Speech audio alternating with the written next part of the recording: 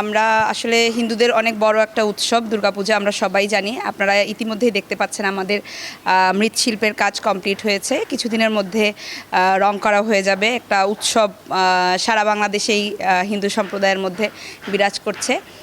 আমাদের পূজা উদযাপনের ক্ষেত্রে সার্বিক নিরাপত্তা প্রশাসন যাতে আমাদেরকে প্রদান করে এবং আমরা যারা নারীরা তারা যাতে নির্বিঘ্নে পুজো দেখতে পারি, পুজো মণ্ডপগুলো দর্শন করতে পারি, কোনো রকম ভয় ভীতি যেন আমাদের না থাকে, এটাই সর্বোপরি কাম্য।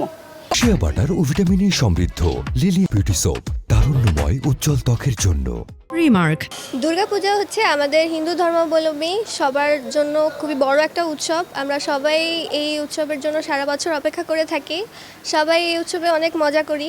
মণ্ডপগুলিতে এখন কাজ প্রায় শেষের দিকে, তবে অন্যান্য বছরের তুলনায় এবছর প্রতিমা খরচ তুলনামূলক বেড়েছে। এছাড়া দ্রব্যমূল্যের কারণে অন্যান্য ব্যয়, ডেকোরেশন, সাউন্ড, লাইটিং এগুলোরও ব্যয় বেড়েছে।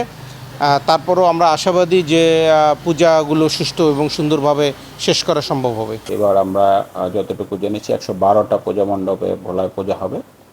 আমরা 4 স্তরের নিরাপত্তা ব্যবস্থাকে পরিকল্পনা নিয়ে কাজে এগিয়ে যাচ্ছি। আমাদের স্ট্যাটিক থাকবে, প্রত্যেকটা পূজা মণ্ডপে আমরা পুলিশ দিব, পাশাপাশি আনসার সদস্যরা থাকবে, আমাদের মোবাইল টিম থাকবে, আমাদের স্ট্যান্ড বাই টিম থাকবে, এছাড়া আমাদের গোয়েন্দারা নজরদারিতে রাখবেন।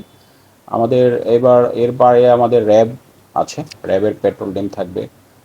আপনারা জানেন 82 সিভিল পাওয়ার বাংলাদেশ নেভি ভোলায় কাজ করছে, নেভি থাকবে। আর এছাড়া কোস্ট গার্ড তাদের এলাকাগুলোতে আইন শৃঙ্খলা নিয়ন্ত্রণে পুলিশকে সহযোগিতা করবে।